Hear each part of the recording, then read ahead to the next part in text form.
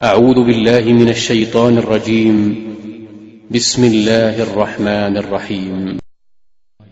إن الذين جاءوا بالإفك عصبة منكم لا تحسبوه شرا لكم بل هو خير لكم لكل امرئ منهم ما اكتسب من الإثم والذي تولى كبره منهم له عذاب عظيم.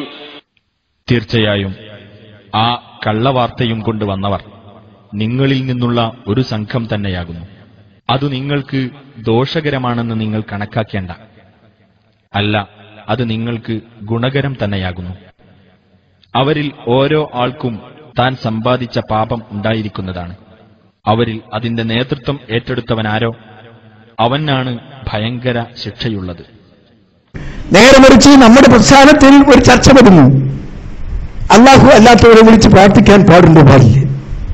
സുബ്ഹാനക ഹാദാ ബുഹ്താനുൻ അലീം, വ്യക്തമായ കളവാണത്. ഇപ്പോഴൊരു പുതിയ ഇസവും കൂടി ഈ തൗഹീദ് പ്രസ്ഥാനം നശിപ്പിക്കാൻ വന്നത് ജിന്നിനെ വിളിച്ച് പ്രാർത്ഥിക്കാം, സഹായം തേടാൻ എന്ന് പറഞ്ഞുകൊണ്ട്. സുബ്ഹാനക ഹാദാ ബുഹ്താനുൻ അലീം, വ്യക്തമായ കളവാണത്. ആ ജിന്നോട് സഹായം തേടിയാൽ അതെന്തല്ല, ശിർക്കല്ല, വസീൽ ശിർക്കല്ല, ഒന്നുമല്ല, മറിച്ച് പുണ്യാണ്. എവിടെത്തി? സുബ്ഹാനക ഹാദാ ബുഹ്താനുൻ അലീം, വ്യക്തമായ കളവാണത്.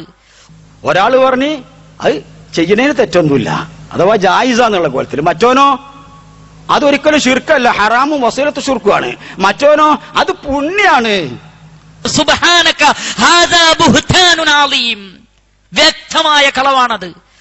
തേടാന്ന് ജബ്ബാർ മൗലവി പറഞ്ഞിട്ടുണ്ടോ? തേടാന്ന് വാദമുണ്ടോ? ഞാൻ ശരിക്ക് തേടാന്ന് തന്നെയാ വാദം. സുബ്ഹാനക ഹാദാ ബുഹ്താനുൻ അലീം, വ്യക്തമായ കളവാണത്. ഇവിടെ ഉദാഹരണ സഹിതം ഇവിടെ എല്ലായിടത്തും പറയുന്നത് ജിന്നിനോടും മലക്കിനോടും സഹായിച്ചാൽ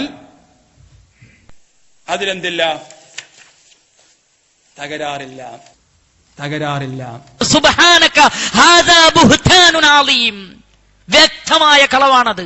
മൗലവിയുടെ വാചകത്തെ സന്ദർഭത്തിൽ നടത്തിമാറ്റി ദുർവ്യാഖ്യാനിച്ചുകൊണ്ട് അതേ ജിന്നുകളോട് പ്രാർത്ഥിക്കാമെന്ന് ജബ്ബാർ മൗലവി പറഞ്ഞിരിക്കുന്നു.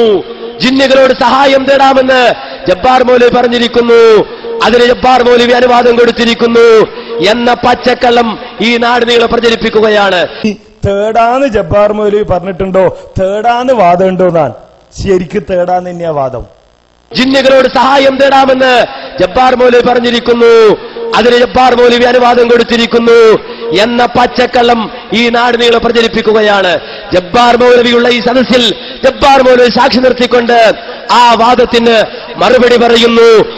ഒരിക്കലും അങ്ങനെ ഒരു വാദം മുജാഹിദ് പ്രസ്ഥാനം അവതരിപ്പിച്ചിട്ടില്ല, അവതരിപ്പിക്കുകയുമില്ല. കൃത്യമായി കാര്യങ്ങൾ പറഞ്ഞു കൊടുക്കും.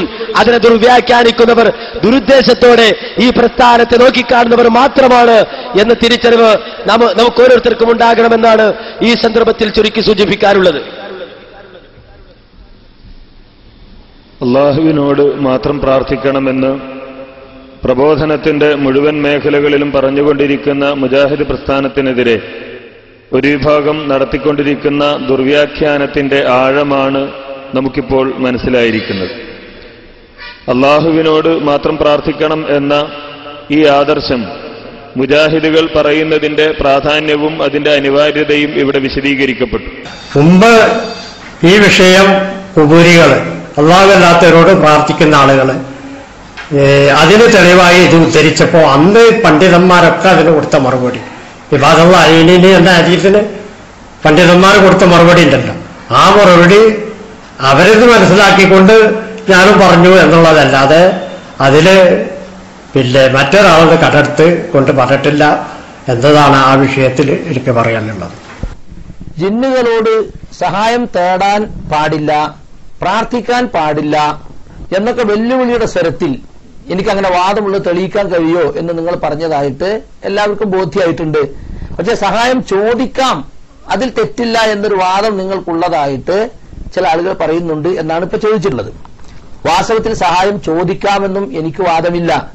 എനിക്ക് മാത്രമല്ല, ഞാൻ നേരത്തെ പറഞ്ഞ ഈ ഹദീസ് വിശദീകരിച്ച ചെറിയമുണ്ട് അബ്ദുൽ ഹമീദ് മദനിക്കോ അല്ലെങ്കിൽ ഹുസൈൻ സലഫിക്കോ അബ്ദുൽ ജബ്ബാർ മൗലവിക്കോ അബ്ദുറഹ്മാൻ സലഫിക്കോ അനസ് മൗലവിക്കോ ഹനീഫ് കായക്കൊടിക്കോ ആർക്കും തന്നെ സഹായം ചോദിക്കാം എന്ന വാദവും ഇല്ല. സഹായം ചോദിക്കണമെന്നോ ചോദിക്കാമെന്നോ ചോദിക്കൽ അനുവദനീയമാണെന്നോ ഞങ്ങൾ ആരും പറഞ്ഞിട്ടില്ല. അതെല്ലാം ഇപ്പോൾ ചില ആളുകൾ പുതുതായി ചില വൈരനിര്യാതന ബുദ്ധി കാരണം പറഞ്ഞു പരത്തുന്ന ദുരാരോപണങ്ങൾ മാത്രമാണ് എന്നാണ് അതിനെ സംബന്ധിച്ച് എനിക്ക് പറയാനുള്ളത്. لولا إذ سمعتموه ظن المؤمنون والمؤمنات بأنفسهم خيرا وقالوا هذا إفك مبين. നിങ്ങൾ അത് കേട്ട സമയത്ത് സത്യവിശ്വാസികളായ സ്ത്രീകളും പുരുഷന്മാരും തങ്ങളുടെ സ്വന്തം ആളുകളെപ്പറ്റി എന്തുകൊണ്ട് നല്ലതു വിചാരിക്കുകയും ഇത് വ്യക്തമായ നുണ തന്നെയാണ് എന്ന് പറയുകയും ചെയ്തില്ല.